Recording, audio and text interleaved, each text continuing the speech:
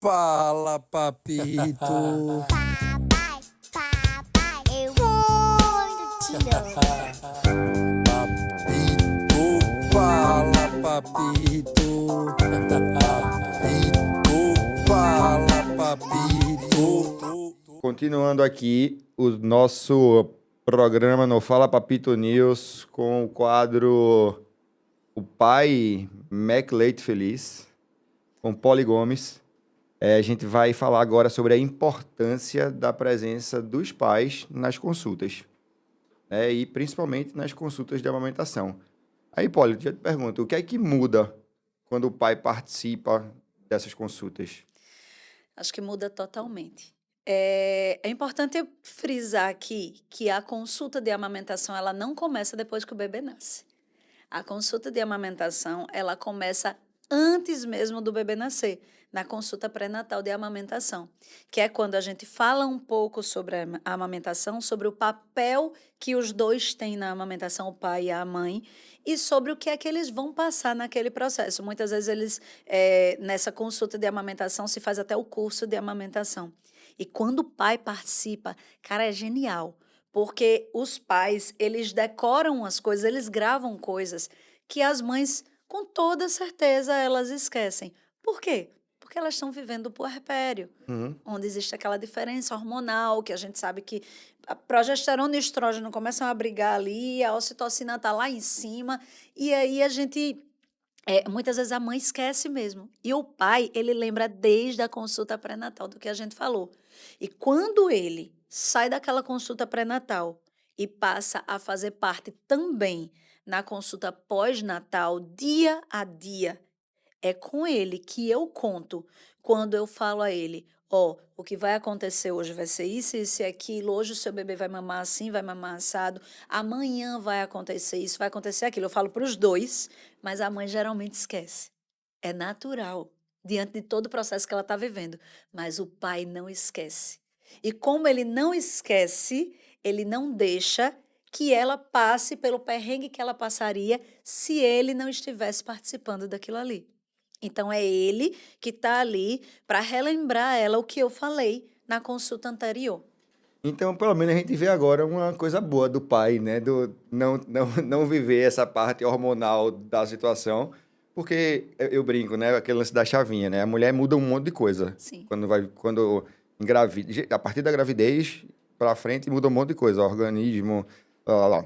O pai muda só a chavinha, né? É. Não sou pai, sou pai. Não sou pai, sou pai. É. E aí, pelo menos, então, talvez a não mudança do organismo ajude o pai nesse momento, né? Porque ele consegue se manter, vamos dizer assim, entre aspas, sóbrio, né? Para que a gente consiga entender isso. Legal. É importante também a gente pensar por esse lado. É bem isso. E teve casos já de que, assim, algum caso que real que tu já pegasse que a presença do pai foi determinante, assim, pro sucesso da amamentação daquela criança? Total. Deixa eu só fazer uma pergunta. É a amamentação da criança, a amamentação da mãe? Como é que eu A me refiro? mãe amamenta, a criança mama. Tá, tá bom. Sempre a responder, né? Uhum. Isso é um corte, viu? Certamente isso é um corte. Já deixa aí avisado. Total. O pai, quando ele participa do processo, ele deixa a mãe mais segura. Teve um caso específico de uma paciente assim, ela tinha um problema chamado fenômeno de Renault. É uma síndrome que ela causa uma dor. Deco, é uma dor lancinante quando ela vai durante o processo de amamentação. Não é porque tem fissura, não é porque a pega está errada, não necessariamente. Às vezes é uma coisa que é fisiológica dela. Ela tem A aquilo dor é ali. na mama? A Ó, dor é na mama, a dor é no mamilo mamilo. especificamente. Ela sente uma dor como se fossem umas agulhas, que elas vêm de dentro para fora. E o fenômeno de Renault, ele precisa de manejo, o manejo clínico, né, o manejo da amamentação de forma correta. Ele precisa de medicamento também. E ele precisa que essa mulher esteja segura para viver aquele processo. Porque o fenômeno de Renault, ele também está associado ao emocional. Não quer dizer que ele seja um problema emocional, mas ele também está associado ao fator emocional. Teve um caso específico que eu peguei, só para que você entenda da importância do pai para aquele processo ter sucesso. Essa mãe, foi o pior caso de Renault que eu já peguei. Ela tinha uma dor horrível. E aí, conversando com eles e descobrindo o diagnóstico e começando o tratamento, ele entendeu aquele processo ali, ele estava ali junto com ela, diante de todo aquele processo e durante aquele processo ali, vivendo aquilo junto com ela. No processo maior de crise, ela não conseguia amamentar. Ela não conseguia amamentar todas as vezes, e às vezes ela tinha que fazer. Não conseguiram fazer copinho na hora da agonia, às vezes eles tinham que fazer mamadeira, mas ela queria amamentar. Então era uma coisa que a gente tinha que fazer uma transição rápida da mamadeira para o peito. E ele estava ali. Na hora que ela estava com dor, era ele que estava dando a mamadeira. E aí, naquele processo ali da transição da mamadeira para o peito, era ele que estava ali do lado dela também, para que ela ficasse segura daquele processo. E muitas vezes era ele que mostrava a forma que ela deveria colocar no peito, porque ela sentia segurança nele, na forma que ele mostrava para ela.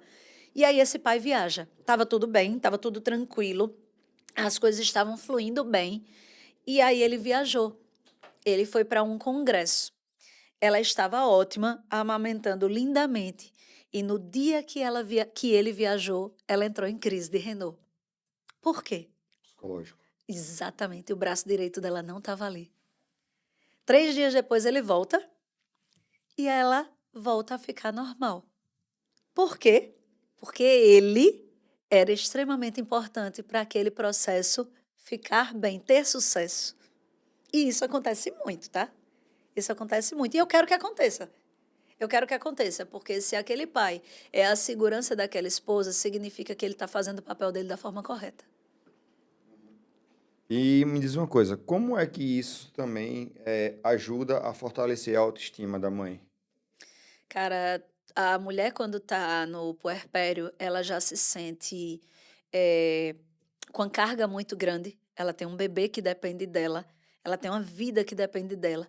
E que muitas vezes a gente olha para aquela criança assim, a gente não se acha capaz de cuidar daquele bebê, a gente acha que a gente não vai ser suficiente, que a gente não vai conseguir dar conta de tudo aquilo. E aí a gente olha para o espelho, a gente não tomou banho, a gente não escovou o dente, estamos de pijama, aquele pijama está melado de leite. E a mulher, ela se sente naquele momento ali, muitas vezes, um lixo. E aquele pai está ali, fortalecendo ela, dizendo que está tudo bem, que vai ficar tudo bem, que ela está linda, que ela, por estar gerando o alimento para o filho dele, para a filha dele, ela continua mais linda ainda, faz com que ela se fortaleça, com que ela comece a tirar uma força dela que ela nem sabia que existia. E com que ela comece a se sentir realmente tudo aquilo que ele está dizendo. E quando você vê sinceridade nessas palavras, aí é que você começa a se fortalecer mais ainda. Eu falo isso lembrando muitas vezes do meu puerpério. Quando muitas vezes eu estava amamentando ali, madrugada dentro, e meu marido estava do meu lado, segurando na minha mão e cochilando na cadeira. E quando eu terminava de amamentar, ele chegava, olhava para mim e ele fazia: vamos dormir, coisa linda. Ele me chama de coisa linda até hoje. Vamos dormir, coisa linda. Aí você olha assim e diz: caramba, eu tô aqui acabada. E o cara tá me chamando de coisa linda. Isso não tem preço. Faz com que a mulher queira ficar ali fazendo, diante daquele processo, 1000 anos, contanto que ele esteja ali. Mas vamos dizer que isso não é o normal, que não é o que acontece. Quais são outras práticas simples, assim, que os pais podem fazer para ajudar as mães nessa rotina? Primeira coisa, observe o que ela está precisando. Tenha um olhar delicado em cima disso. Se ela está amamentando, ela está fornecendo leite ao seu filho. Isso desidrata. E isso cansa. E então ela vai precisar de quê? De água. Ela não precisa pedir. Se ela vai pegar teu filho e vai botar no peito, pega logo um copo com água para ela. Se ela está amamentando, ela está perdendo energia. Então ela precisa comer. Não espera ela pedir. Pega uma fruta e coloca ali para que ela coma. Dá na boca dela. Se ela está com o pé para baixo, Faz um tempão que ela está sentada com o pé para baixo. Pega um banquinho, coloca ali no pé dela. Vê que ela não está bem apoiada, coloca uma almofada para que ela se encoste. Vê que aquele ar-condicionado está frio, mas está gostoso. Ela dormiu, o bebê dormiu, está ali junto com ela. Está gostoso aquele ambiente, não precisa você tirar do colo dela. Pega um cobertor, coloca em cima dela. Faz com que ela fique confortável.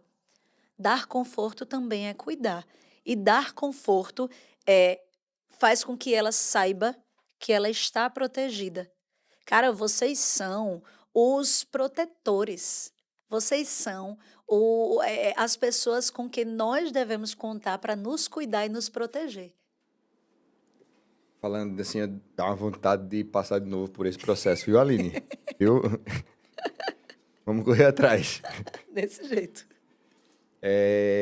Mas então, assim, diante de tudo isso que a gente conversou aqui, fica muito claro que a divisão da atividade, né, assim, vamos chamar assim, do processo como um todo, da melhor forma que for, para ambos, né? Pensando a mãe que às vezes tem um receio, o pai que não sabe, mas que se esforça, ou aqueles que se viram e dividem tudo mesmo, e pode ser que seja, mas tudo isso, e seja como for, ajuda ao casal e também favorece o puerpério, né, da mãe, para que seja menos difícil, menos doloroso passar por isso, né? Poderia dizer até traumático. Alguns são.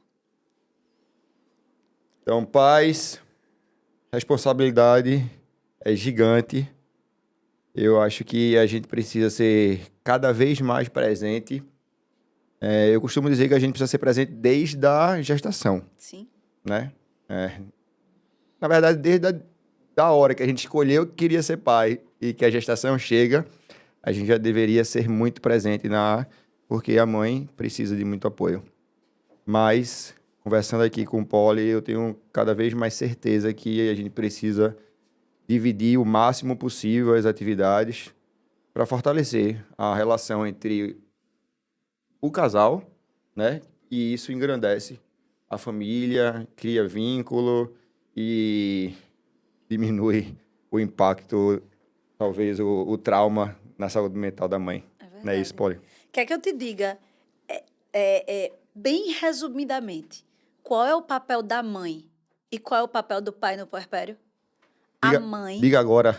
A mãe amamenta. O pai troca a fralda, dá banho, coloca para rotar. E ainda cuida da mãe, de todo esse processo que eu falei, e ainda serve de peneira para não deixar os palpiteiros chegarem na mãe, porque é ele que vai blindar essa mulher para que ela esteja bem, fique com a ocitocina lá em cima e consiga amamentar o seu bebê. Já olha para a câmera e fecha esse programa que eu não tenho nem mais o que falar agora aqui. Pais, sejam pais verdadeiramente. Cuidem das suas famílias como verdadeiros escudos, mas sejam escudos ativos. Escudos que cuidam das suas esposas e que cuidam ativamente e verdadeiramente dos seus filhos. Fala, papito. Papai, eu vou te amo. Papito, fala, papito. Papito, fala, papito.